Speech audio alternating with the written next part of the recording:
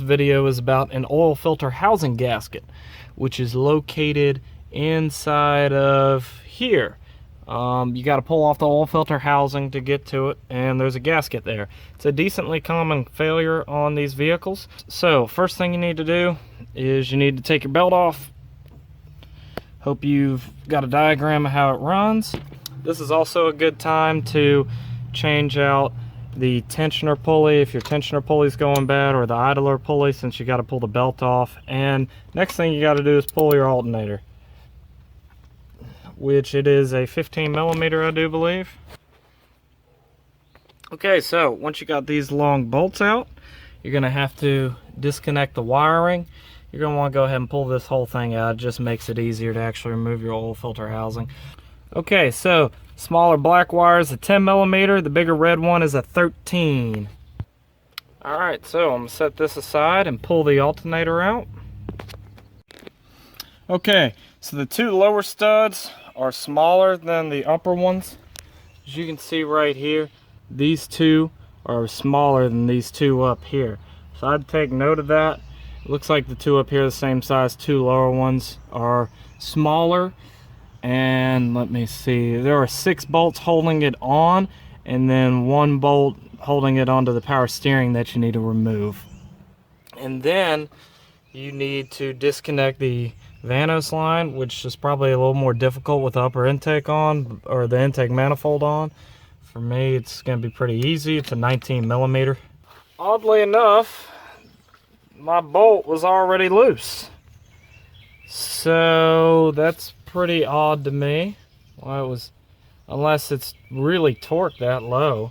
This must be torqued really lightly then. Wow, that's odd to me, but okay. So really, I mean, this was hand tightened on this Vanos line right here. So anyways, like I said, you're gonna want to mark all your wires and everything where it's going, so you don't make any mistakes when you put it back. Okay, so here's the gasket. After I pulled those bolts off, the thing came right out. However, the power steering pump came off too. I figured the power steering pump would be bolted to the frame somehow, to the engine block, but it is not. It's just bolted to the housing. That's odd. I figured it'd be. But anyways, so here's the gasket that I'm changing, this one right here, and it is pretty brittle. I didn't notice much of a leak coming from it, but how brittle it is, and all this oil that's been building up down here, that the new oils, or is just from the housing, but it looks like it had been leaking a bit, so I'm glad I'm changing it. I'm going to clean out this whole area. I'm probably going to spritz it really good with carb cleaner and get a lot of this junk out, and then I'm gonna put it back together. Okay, so here's my old one. There's no big cracks in it or anything, but it's definitely stiffened up quite a bit. It's on its way to being plastic. And this car has 140 something K on it, and I've noticed the gaskets have tended on this car to hold up pretty well compared to a lot of other people's experience. I don't exactly know why they've held up pretty good, but I mean, typically with this many miles on it and the age, this thing should be a lot more brittle than it is. So here's my new one, and I went ahead and got a thing of oil. It's just cheap oil because I'm just using it for the gaskets. You want to wipe a little oil on the gasket when you're putting it in and everything, just to make sure it seals good.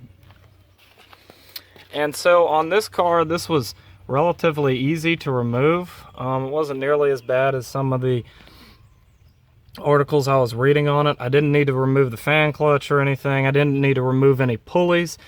However, apparently on some cars they have an idler pulley on the top. This one does not. It's just got the tensioner pulley.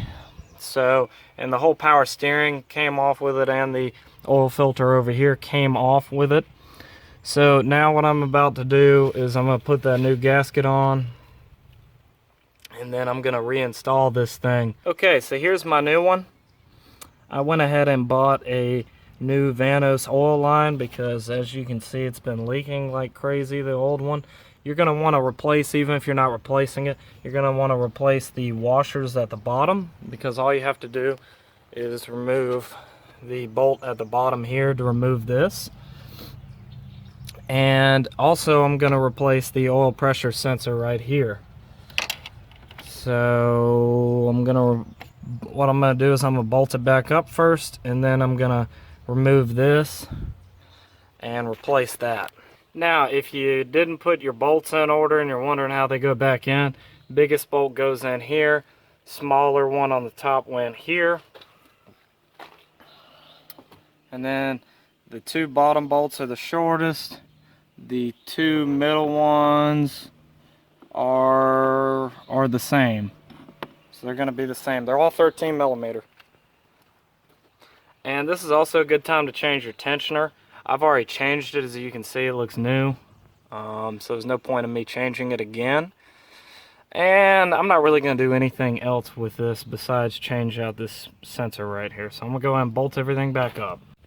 Alright, I've tightened the bolts back up and everything. This is a lot easier to change than one would think, at least on this vehicle it is. I'm removing this. If you're crazy like me and want to change everything, this is a 23 millimeter, I think, but it's not torqued that bad, so you can get it off at 24.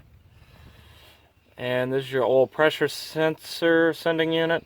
I'm pretty sure this one's bad. Then all you got to do is bolt back up your Vanos line right here, and make sure to use new washers on it or it will leak.